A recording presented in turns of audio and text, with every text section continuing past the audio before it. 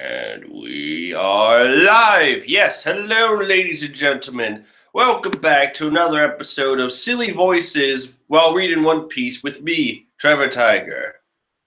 Hopefully that's a much better intro than last time. Last week I just featured this wall, and it was the worst thing I ever did as an intro. Moving on now. We're going to go pick up right up the pace. We're just going to go dive into chapter 879 right now. No intro bits, no speculation. Actually, I can speculate a little bit.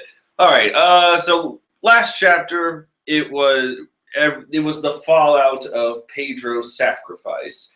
He blew himself up, and the Straw Hats made their escape from Big Mom, and they're just like, shit, Pedro's dead. We gotta think of a fast way to get out of the situation. And what do you know? They found a way out of the situation, and now it looks like they made their escape. But Luffy took Katakuri into the mirror world, and now everyone is hyped as fuck to see how Luffy versus Katakuri will fare out. We don't know if like how strong Katakuri is in the grand scheme of the Big Mom crew. When I did my review on the chapter, I made sure to word it. It's like, yeah, Dogtooth, Katakuri, he's probably one of, if not the strongest member of Big Mom's crew, so we'll see where this goes.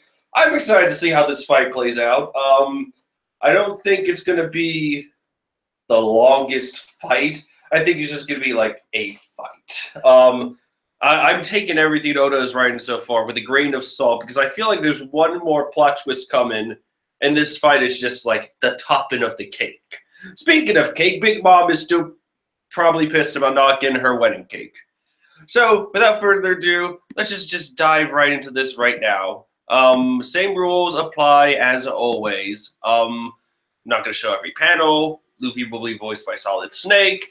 Other than that, let's just get right into it. So let's take a look at the cover page. One Piece, chapter 879. Big Mom, Commander Dogtooth. Dropping in on the lives of the Straw Hat Grand Pirate Fleet, Volume 13, Psy Arc. The inevitable fallout from breaking off an engagement. Well then, Psy looks like he is dead. There's just the panel shows Shinjao being chewed out by, I assume, the leader of Psy's country, town, whatever. And it's just Baby 5 is over Psy, and Psy, he looks like he's dead. And on this day, September 22nd, 2017, we salute a fallen commander of Luffy's Grand Pirate Fleet. May he rest in peace, knowing that he never really had any screen time to begin with. Moving on now. First, we just gotta get past all the fan art, of course, some of which will look really good. But I don't care about it! I don't care about your art at all. Alright, so we begin with Brook still crying. Okay. He's like, no, I can't believe Pedro. If only we were stronger. I am giving Brook a shameful voice. I'm sorry. So he's like, if only we were stronger and everyone's in the rain, of course. Very anime trope-ish, I would say. Just everyone looking sad in the rain, looking out over the distance. Like, what could we have done? How could we have done it? Why does anything happen? Meanwhile, Chopper's bawling, of course. Karen, of course, cried. What's really weird is that in this panel, Karen looks less sad than Chopper. Here, let me show this. It's a little interesting. These two panels right here. For someone that knew Pedro their entire life, how come Karen doesn't look as sad as Chopper? I know Chopper's always the emotional one, but yeah, still, just little details. Alright, and Nami, of course, is just standing there in the rain, contemplating. Meanwhile, next page, Jinbei says, our enemy should be the ones crying right now. Don't let your hearts get too clouded. And everyone's like, huh? And Brooke is like, now wait a minute, Jinbei. Those stone-hearted words sure fell rather easily from your lips, didn't they? After all, you'd barely spent any time with Pedro. And Jinbei says, I'm telling you that this isn't the time to be letting down your guard. And Brooke's like, oh, how's his face looking? Have this face in your nightmares for the next several weeks, ladies and gentlemen. Back at the coast, it was kill or be killed. That's the sort of place we're in now, and we knew that full well coming in. This is a victory for Pedro. He might be dead. In fact, there may be pieces of him here and there. Little, over yonder on that hill, you can just kind of see a piece of him. All those pieces won. He is a true winner in every sense of the word. He couldn't kill Sparrow, but he tried. So, next page. Hopefully there's more explanations about... There we go. You all have been watching, haven't you? Just how many do you think our enemies have lost? I don't know, probably a couple hundred. Considering Luffy's, I don't know, Pirate Warriors 3 gameplay-esque breakout scene after he got freed by Jinbei, I'm assuming he at least killed 100 of Big Mom's crew, or just random people that live there, or just trying to get, like, get an honest job as Big Mom's security. I don't know. I'm assuming at least 100. So, from their perspective, they're going through an unprecedented disaster. Are they, Jinbei? Are they? Because most of the people that were lost were fodder, lambs to the slaughter. You could just say they weren't worth it. They're nameless jobbers. Why would they be sad that they lost like a good 100 of their men? I mean, yeah, sure, it sucks that people die, but you didn't really lose anyone that makes you less powerful. I didn't see the only person that really lost in the Big Mom crew that was worth of any value was Cracker. And that other sweet commander. But that other sweet commander that was never mentioned was just he or she is dead, but that wasn't Luffy's fault. So really, in the grand scheme of things, Big Mom truly only lost value with Cracker. Oops, I don't think they're that sad about losing some nameless jobbers. All right, can't you hear Pedro crying out from within yourselves? Duh, I'm sure his spirit is communicating within you right now. Always up in heaven screaming at you right now. Keep pushing forward. Luffy grasped the situation in an instant and enacted a plan to take on the enemy by himself. He calls it the Goku plan. Just fighting whoever thinks is strong enough to give him, a satisfying fight. It's not really a plan, it's more of an instinct, but whatever. Dogtooth's got a 1 billion berry bounty. Luffy's life is on the line. If you look in the distance, or if you listen closely, you can hear Jack the Mammoth get triggered by someone else having a $1 billion bounty. All right, so on the next panel, we see Big Mom taking a step on something. It's like, soon they will come. From behind us, the pirate queen of these lands, Big Mom herself. Sure. I assume they're stuck right now with... Wait, all they have are their ships. They have Big Mom's fleet. So I'm sure they're already mobilizing and ready to sail out. They're just behind the Straw Hats quite a bit because of that coup d'etat burst. Where was I? All right. Who knows when the battleships of the enemy will materialize from beyond the mist? Kind of like in Pirates of the Caribbean at World's End. When all the pirate ships were lined up, and then Lord Beckett's fleet comes in through the mist. I always love that part of that movie. Just like one ship comes out of the mist, and all the pirates are like, it's one ship, we're gonna murder them. And then just like 50 ships come out of the mist too, and all the pirates are just like, fuck you, Jack Sparrow. I thought we had a chance here. Oh, man, I love that moment. And that's right. I watched that movie, and I like it. Fight me. All right, so who knows when the battle shows the enemy will let me on this. All right. Until we've at least made it out of the lands where Big Mom's will is absolute. We have to go to Kaido's territory. We'll be safe there. Don't let your guards down. Can't you hear Pedro crying that out? Honestly, no, I can't hear Pedro crying that out. If I could hear Pedro right now, his immortal soul is probably screaming, "Fuck!" So Chopper is has a little moment where he's just like, "Ee!" And he suddenly just transforms into his human bulky self. It's like the speech bubble is why? I always get a kick out of these speech bubbles. It's just, especially the ones where it's just an action word or a cry. It's just hilarious. Literally, it's WOAAAGH. It's just like, whoa! I don't get this. Nami, tell us what to do. And Nami's like, Sanji and the others promised to come from Cacao Island via this route. We've got to make sure we don't just miss each other. All right? Rudder to starboard. We'll take the wind on our starboard side and head straight west. That way. Or is it that way? I can't tell because I'm looking at the camera right now. Which way is west? That way. This way is west.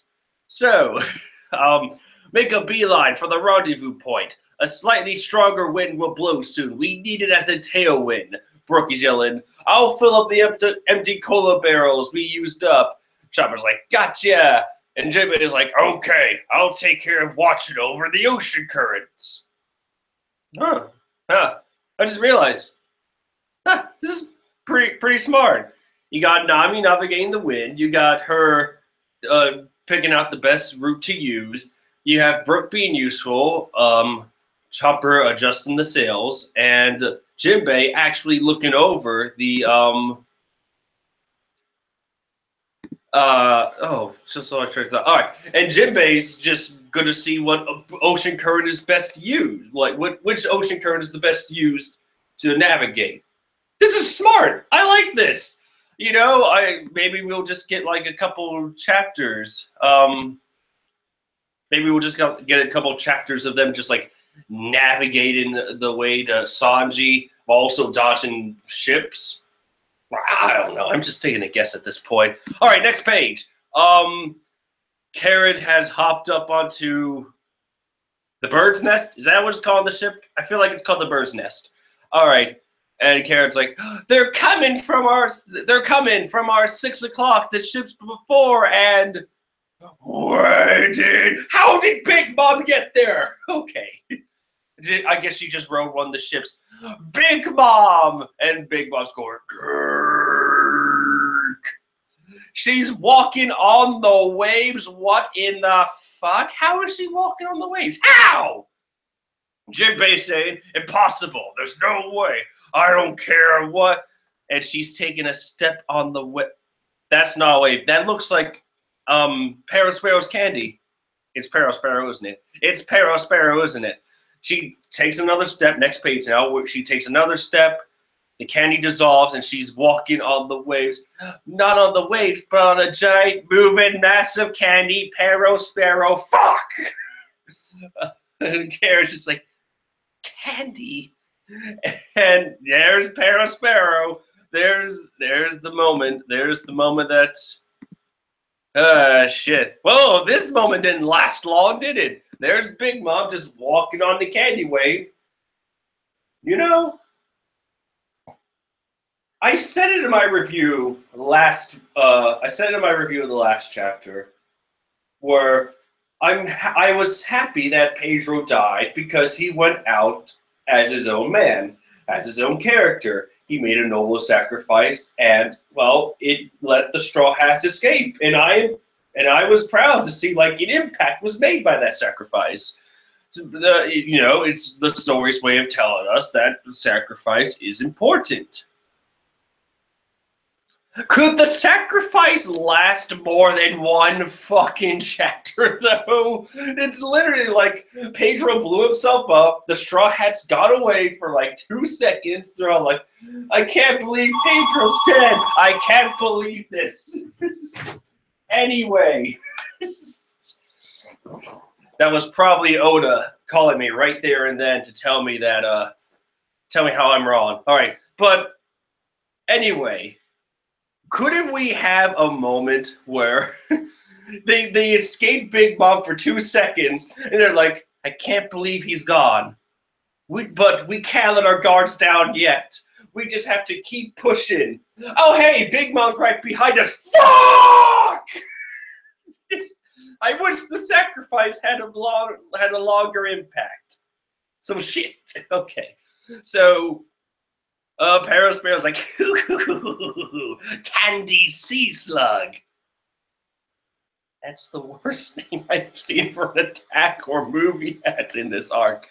Where the hell did Zeus get off to? He's the one that's supposed to carry Mama over the seas. And Karen, of course, is just looking in absolute fear. All right, so next page. Well, whatever. I just happen to have developed a rather profound hatred for these fools. He sounds like a Yu-Gi-Oh villain now. Remember Merrick? Soon those fools will know how foolish they are, for I, with my Millennium Rod, shall make them foolish after defeating them in a foolish children's card game. All right, back to this. It doesn't bother me too much that I lost my right arm. No, it just hurts, having an arm blown off by an explosion. To the normal person, that would really fucking hurt. But, I'm an anime character. Pain observation of pain or pain tolerance is through the roof for us. It's one of the few benefits we have as anime characters, other than being Rule 34 on Tumblr or DeviantArt. All right, so he's like, Paris Bell then says, I can just use candy to make up for it. But every time my right hand melts with the heat of a cup of the black tea I like to enjoy in the afternoon, well, I can't help but remember it, the face of that blasted jaguar mink. Don't you agree, Napoleon? There can be no shame greater than this. Few things I have to add. It might be 3. I don't know why I'm doing that. So I have a few problems with that. First off, don't you agree, Big Mom's talking hat? Because I'm sure you'll have a very intelligent conversation with a fucking hat. 2, there can be no shame greater than having your arm blown off and then remaking it out of candy. You do realize you are riding on the shoulder of the woman that lost one of her sweet commanders, got humiliated at her daughter's own wedding, and the wedding is officially off, and now, to add the 4th aspect, her worst enemies, the people responsible, are getting away, and she still hasn't had her goddamn wedding cake. I imagine the shame is somehow greater than a lost arm. I mean, look at Cracker. He's lost his life or consciousness, whatever. So, oh, hey, the hat is talking. In my country, heinous criminals don't actually have much of a future, so. No, that's all he's going to say, huh? Okay, so I refer to my first point. No intelligent conversation with a goddamn hat. Okay, moving on now. That bloody cat's friends. How shall I make them suffer? I don't know. I don't think there's that many. I don't think there's a variety of ways that you can torture someone with candy. I'll make some licorice and I'll strangle them. I'll make a few Twizzlers and shove them up their asses. There's, I have so much ability to torture people with candy. Unless you just, force feed them candy until they get super fat and they blow up from overeating. I guess that's the way. Whatever. Moving on now. Well, we now go to the Whole Cake Island western coast. Oh, and Zeus and the sun. Prometheus, Zeus. What is the name of the sun? Shit. Okay, for future reference, I am now calling Big Mom's son, you know, the actual source son, not family son. I shall call him the Raisin Bran son. So Zeus is going, huh? Everyone's gone. And then the son is like, whatever, I want to eat some fire. My strength. I didn't think my voice would have that much of a toll on me. Okay.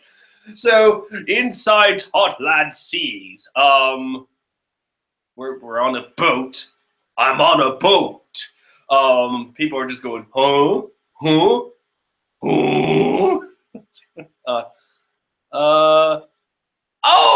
Oh shit, Pound's back. Oh, hey, Pound, I thought, you were going to be killed off in the seducing woods, whatever.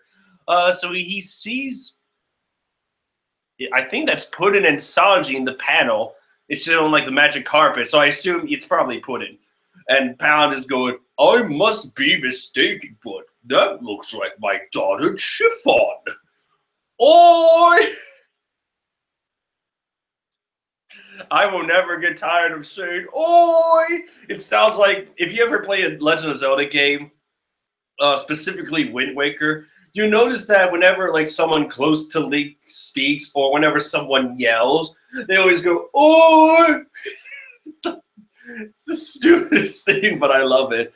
So anyway, Chiffon was like, that's right. Lola was the chocolate minister of Cacao Island. Ever since she's been gone, that minister seat has been vacant. Why am I giving her the Nico Robin 4Kids voice? Whatever. And despite the fact that everyone would let you take it, you've continuously refused that post. And then Puddin, good to have you back, Puddin. It's good to see you again. I'm not sour or anything. Anyway, Puddin is like, but to me. Next page, please. There we go. The only fitting chocolate minister of Chocolate Town is Sister Lola. I always hope she. I need to give her a better voice. Taya from Little Karibo. Is Sister Lola. I always hope she'd one day come home and Sanji's like, huh, so Lola back from Thriller Bark was a famous chocolatier, huh? Sanji, you are slow to the game. Every theorist and their mother came up with that prediction when this arc first started. That's all well and good, Puddin, but can you get out of there already? Puddin is hiding in the rug. Like, can I show this? Can I show this? This is, I don't think this is a good plan on her part. This is the middle panel. Just look at the rug. Why? I guess Puddin is hiding in, like, the rug / carpet because she doesn't want Sanji to doesn't want to be near Sanji. But isn't this kind of like a hazard for her, a devil fruit eater? Because if something happens, like if that carpet gets a good gust of wind in the face from how high up they are, then the carpet could accidentally unroll itself and then Puddin will fall in the ocean and she drown. I don't get it. Oh my god. There's kind of a little safety hazard there. All right, stop sharing. Oh god. Why am I'm not sick. Should not get sick. Okay. Puddin's like, if I sit on the same carpet as that man while wearing this wedding dress, people will think we're some sort of couple or something. So that's why you're taking a risk on your life. Okay. So Chiffon is like, who will? It's annoying. Annoying. That's the speech bubble. I'm not having like a dyslexic moment. That's what it says. It's annoying. Annoying. What, is she trying to be in the rap business or something? Contact Captain Matt for that shit. So Sanji's saying, sorry for being annoying, but promise me you won't fall, okay? And Puddin's like, senpai. I still don't like Puddin. I don't like her anymore. So now she's like, Kia! I don't like that. That's dumb. How nice is he? He's always worried about me. And then evil Puddin's like, shut up, dummy. Shut up, you idiot, whatever Chopper says, because I don't know why I'm remembering it right now. I get to decide whether or not I follow K's Sanji. I don't like Puddin'. I really don't at this point, you know? It's just... Like, when the big plot twist happened and it was turned out that she was evil, you could kind of see it coming, but we didn't. Well, most people didn't. I didn't see it coming. I was surprised. And I was like, oh, wow, Puddin's evil. Like, she is a really good actor. She's, like, a legitimate threat to these people who are shown multiple times to be gullible. Oh, wait, no. She's not an actor. She just has a yin and yang aspect to her. Way to suck out the complex character development of, you know, someone that has a major role in this story, Oda. Just... It's one of my biggest complaints in this arc. Just when you actually think about how when you think about how Puddin has developed as a character, and when you factor in like her personality changes to the certain story events, it turns into a really convenient mess, doesn't it? Like, why did she suddenly turn evil when she was with Reiju? Why did she suddenly turn evil with Sanji? What are the intervals with her being nice and evil? It makes no... Like, it's something that's supposed to make the character more simple to understand. Like, oh, character has a evil personality and a good personality. The two just switch off on each other for whatever reason. You try to make that simple, but when you put it in the grand scheme of an arc, it makes it more convoluted, and I don't like that. Okay, moving on now. See, talking about Puddin's making me, like, sick. So, Chiffon is like, Puddin', whatever. We'll be at Cacao Island soon. Son's like, okay, let's make this thing quickly. Puddin', my dear. So, moving on now. Mirror World, here we go! Luffy versus Katakuri. Can he win without an unnecessary power-up? Time will tell. I swear to God, this chapter ends with, like, Gear 5th being said. I'm gonna leave this room in a fuss. So, Luffy's like, come on now! And then the minions are like, yeah, it's useless. Except the Lost Straw Hat, Lord Darktooth is the strongest of the three commanders. Oh, wait, what? I called it? Did I actually call it? Katakuri the strongest? It happened. It happened. I'm done. The career's over. We're done. I'm done being a theorist. I'm done with YouTube. Done with One Piece. I caught it. I finally caught something. Holy shit. So this is what it feels like. I am now the new Joy Boy. Oh my God. Wow. And please understand, Oda and I have a relationship where in the past, when I actually like did a lot of theories, what happened was that I would make a theory about like a certain character or a certain character's power, and then like 1 week later, less than a week even, Oda would debunk me with the next chapter. And it's just like, it happened 3 times in a row. And I just sit there every time just going, well, okay then. God damn it. Oh my God, so Katakuri's the strongest of all the commanders. Okay, you aren't getting back to that ship. You aren't even getting out of here. And Luffy's just like ignoring him going, Hawk Gatlin, and Katakuri's just having like, what is it called? The mochi fruit or whatever I think he ate. And now Katakuri just has like all these tentacles coming out of the ground or whatever to block him. Interesting way. How will Luffy get out of this mess? Gear 5. Okay, so... Oh, shit! So, they're not tentacles. Katakuri literally has, like, mochi strands or whatever, but they all have fists at the end. That's some shoji-level shit from My Hero Academia right there. So, Katakuri's like, foo-foo, not quite right, huh? Luffy's like, The category's like, this is way more efficient. How? Okay. So Luffy's like, and Katakuri is wailing on Luffy. Well, to everyone that said Luffy was stronger than Katakuri base form, take a look. Actually, you can't take a look. Here, let me fix that right now. There we go. There's your look. Just the level. Just the fucking level of Oh wait, no, wait. Did I say that? Shit. There we go. There we go. So just the level of I can't believe I sorry I did that to the wrong application window. Just the level of Katakuri right now, just wailing on Luffy.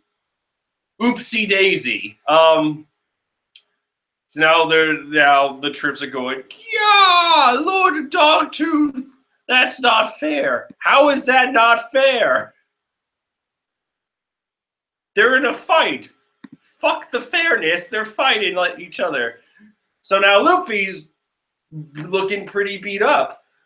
I told you, in terms of our powers, there's nothing you can do that I can't. Anything you can do, I can do better. Anything you can do, I can do too. No, you can't. Yes, I can. No, you can't. Yes, I can. Gatling gun. Gatling gun. Fuck! That's what I'm getting out of this. Speed, power, all of it. You are inferior. Like rubber would ever lose to Mochi. Come on, no. God damn it. Hawk stamp. Oh, it looks like you got a hidden. Right? There's a hole in the mirror world. People are going, what? And then Luffy looks up. No, of course not. Hawk stamp didn't work. Katakuri jumped over his hawk stamp. Getting ready to kick him, but Luffy vanished. I assume Gear second. And the guards are like, he disappeared. But Katakuri figured out where Luffy was and automatically give him a good old roundhouse. This is what happens when you face someone that can see the future. You can't do much against someone that can do that. And Luffy gets knocked down again, and he's actually looking beat up. I swear to God, if they go Gear 5th or whatever, I'm going to lose my shite. So Katakuri's like, a test of power next, huh? Get the hint? That wasn't even a hint. That was like a demand. So everybody's going, crap. Ghost Gear 3, come on, no! And Katakuri immediately makes his arm grow. Elephant? God damn it. Elephant! And the guard's like, a huge punch! Can Katakuri make a good enough elephant? Oh, yes he can! So Katakuri's whole stick is that he can make whatever he needs to fit the situation. It's actually, pretty useful. That's not looking good for Luffy. And the god's like, but Lord Dogtooth is bigger. And Luffy's like, argh. And Katakuri knocks Luffy out of his attack, knocks him into the wall, and that should be enough, right, for an elephant gun. And Luffy's knocked in the wall, looking defeated. Well, shit. Is that the end? That's the end. God, okay. So, that was chapter 879. Let's see. Oh, comment. Peppa Roberts. First in this mother. Go ahead, swear. I've been swearing this entire chapter. I wish you could add me to the stream. I'm a theorist as well. Whoa, can you add people to the live audio? Everybody, yeah, we're at the end. I don't have headphones on me. Shit, I don't have headphones at all. Ah, shit, I don't. I'm sorry, I can't add anyone to the chat. Because if I add people on, then this could be like, without headphones, there's going to be like an echo that's just going to make the whole audio just sound off. I'm sorry, man. I'm sorry, Peppa Roberts. I can't add people right now. Next time when I actually get earbuds, I will fix that correction. I will fix that mistake. But yes, that was God damn it. That was chapter 879. What did I think about it? It was fine, I guess. The first half focused on the Straw Hats, the aftermath of their coup de burst. It was kind of useless because, you know, as soon as they made their move, Sparrow and Big Mom are right behind them, so oopsie fucking daisy, they're kind of trapped. They're kind of stuck right now. But, you know, I'm not really mad because it's really just a setup for what's going to happen next chapter. So I'm not really mad about that. It was fine. I found the Puddin bit just to be like, because it's Puddin now and I don't like her as a character anymore. Of course not! I didn't really like her. I still don't like her. I'm just going to put my 2 cents in about that. The Luffy versus Katakuri fight is the most interesting thing to talk about right now because this, for the past week or so, everyone's been talking about, like, how is Luffy going to beat Katakuri? He's going to use a new gear form or whatever. Because he can't beat him on his own. How can he? He can see the future. Blah, blah, blah, blah, blah. And everyone's just like, how is this going to end it? I'm one of those people that just thinks, you know what? He probably won't need gear 5th or whatever. I'm sure Luffy will find a way, despite seeing him beat up right now. Katakuri's main stick right now is that he can use the mochi fruit to make anything he needs to fight someone. So really, all in essence, Luffy needs to hit him faster than he can create. So Gear 2nd would obviously be the ideal route. But since Katakuri can see the future, and he knows where Luffy's going to come to, that speed's pointless. Okay, so throw that out. How would Luffy beat Katakuri? He could go Gear 4. Maybe, like, the sheer force from, like, a Kon gun will be enough to break the Mochi and actually hit Katakuri. I assume that's what they're going to try to do. I'm guessing that's going to be Oda's way of just trying to end this fight.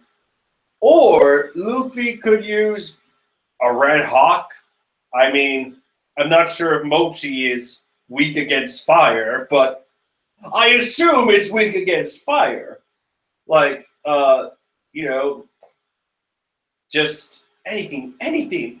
Practically everything's weak to fire to some extent. So maybe if Luffy gets like a continuous Red Hawk going, or just uses flame attacks, he can start getting an edge on Katakuri, even though Katakuri can see the future. He can't really escape it. Maybe that's how the ending's going to be, like Katakuri, a man that can see the future, cannot escape his own future, and loses. That would be a really cool story element. I would be on board with that. So, yeah, that's pretty much all I gotta say. It was just like, I feel like that's going to be, how do I put this? This chapter was fine. Wasn't really revolutionary. We got some good action. We got some good characters. Way I put it, though, so. Yeah, this was good. It's basically a segue to maybe Luffy figuring out a way to beat Katakuri, I guess. This is really just like, you know, as Haruden at the Dark Knight says, the night is darkest just before the dawn. This is the darkest before Luffy wins. And yeah, that's all I gotta really say. This was just like a straightforward chapter. Luffy fights, he's getting his ass kicked, so he's gotta do something. Okay, we got you. I believe Luffy's gonna use something similar to Red Hawk in Gear 4. Ooh! Oh, shit! A Gear 4 Hawk attack, or Red Hawk, or Fire with Gear 4. That would be pretty awesome! You know, we never saw that before, so that, yeah! Yeah, like a fire con gun? Like if Luffy uses like a con gun that has like fire around it, it just punches, just like Like, if he could just punch a fireball or whatever, engulf Katakuri in flames, make his mochi stuff disappear, and then he goes in for a second count gun and knocks him out. Oh, that'd be pretty cool. Oh, yeah. Luffy may be a dumbass, but he knows how to fight. Like, he's a genius fighter, just like Goku. An idiot, but a really good fighter. So, yeah, fire Gear 4 attacks. If he's smart enough to figure that out in a fight, I'm sure he probably is. That'd be great! Oh my god! Yeah, I'm on board. Fire, Hawk, Keen. What would the attack name for this be? Red Con Gun or something? I guess that's it. God damn it. I also believe this is the time for Luffy to awaken his fruit, but I don't think the fight is coming to a conclusion, at least not by Luffy's hand. I have photos of the Gear 4 with Red Hawk. Somebody made a picture of it. Search Google and you will see. Oh, okay, I'm doing that soon. So, oh yeah, also believe that Luffy will awaken his fruit.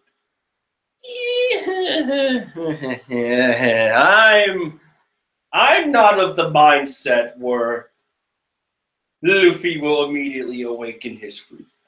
Not yet. Not yet. Because the last arc was Dressrosa. Luffy literally just learned about it from Doflamingo. And Doflamingo even says only a few can ever awaken their fruits through years of experience or training or whatever. I doubt Luffy figured out a way to awaken. Well, let me rephrase that. If Luffy found a way to awaken his fruit, in this arc at least, the only way it would make sense if it was just like a dormant release, like an unexpected release, like just in case, like maybe Luffy's pushed to like a limit, and you know, by pushing himself beyond the limit, he accidentally creates an awakening. But he's just really inexperienced with the awakening, so that's the only way it would make sense. If he mastered the awakening at this point, I would just call major bullshit. Or if he's going to awaken anything, save it for like a Yonko.